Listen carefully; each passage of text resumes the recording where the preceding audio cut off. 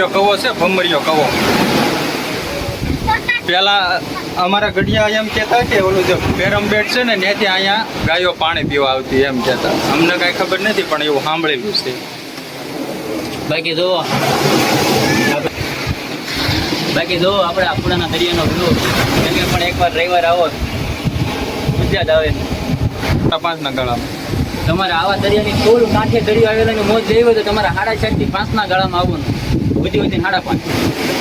હવે મિત્રો આગળ જર્નીમાં આગળ વિડીયોમાં તમને અમારા નામદાર શ્રી કૃષ્ણકુમારસિંહજીનો હવા મહેલ દેખાડું છું, જે કુડાના દરિયા કિનારે આવેલો છે. તે અમે તો હવા મહેલ કહીએ છીએ એને, તો હવા મહેલ તમને દેખાડું છું.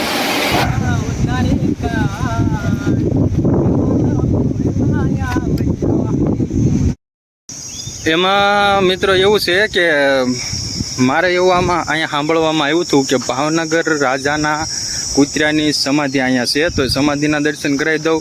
અને મને એવું પણ કહેવામાં આવ્યું હતું કે રાજાના તલવારની પણ સમાધિ અહીંયા છે. એટલે સમાધિ હોય કે શું હોય એ ખબર નથી, પણ તલવાર છે અહીંયા એમ.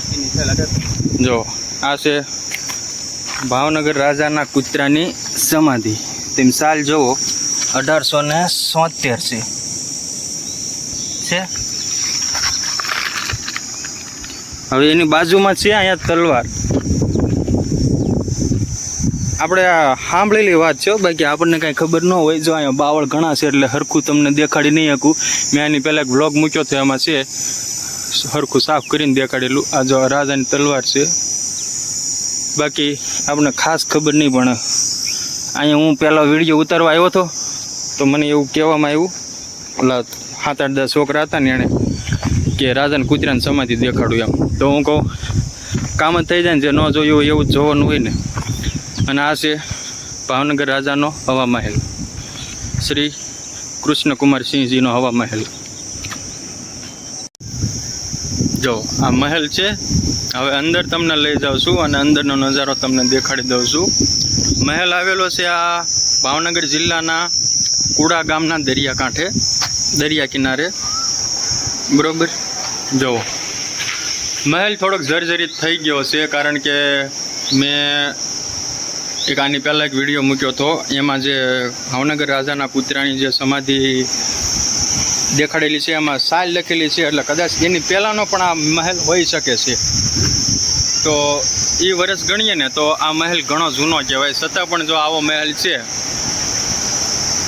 તો આવા તો આપણા ઘરે લગભગ 70 વર્ષ થાય ને ત્યાં હાવ પડી થવા આવી જાય.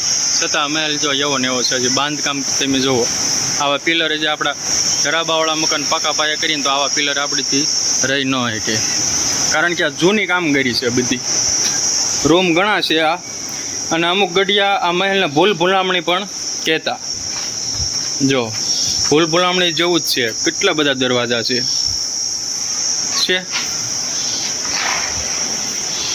જો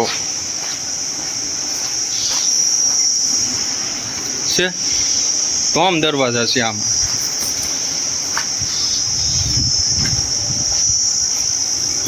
જો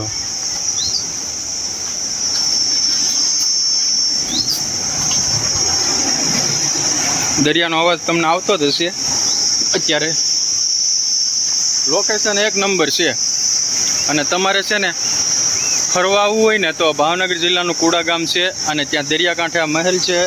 અને દરિયા ફરવા આવવું હોય તો ખાસ કરીને રવિવારે આવવાનું, અને 4 થી 5.5ના ગાળામાં આવવાનું ફરવા, બરાબર.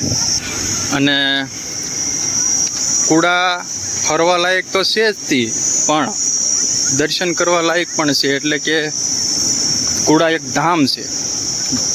ત્યાં અમારા કુળદેવી શ્રી કુડાગરી માતા બિરાજમાન છે, બરાબર. તો તમારે ફરવા આવવું હોય તો ફરવા, પિકનિક માટે પણ અવાય, અને દર્શન કરવા આવવું હોય તો દર્શન કરવા પણ આવી શકાય.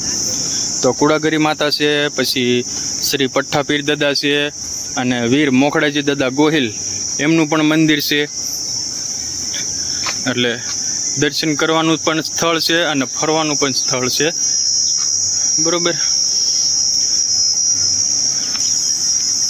સમય રહેશે તો તમને કુડાગરી માતાના દર્શન કરાવીશ, નહીતર મેં એક વ્લોગ મૂકેલો જ છે, એમાં કુળાગરી માતાના દર્શન કરાવેલા છે, જોઈ લેજો નિર્જલા વ્લોગ્સમાં. જો આ છે મહેલનો બીજી સાઈડનો સીન. બીજું આ તો કે દેવાની જવાની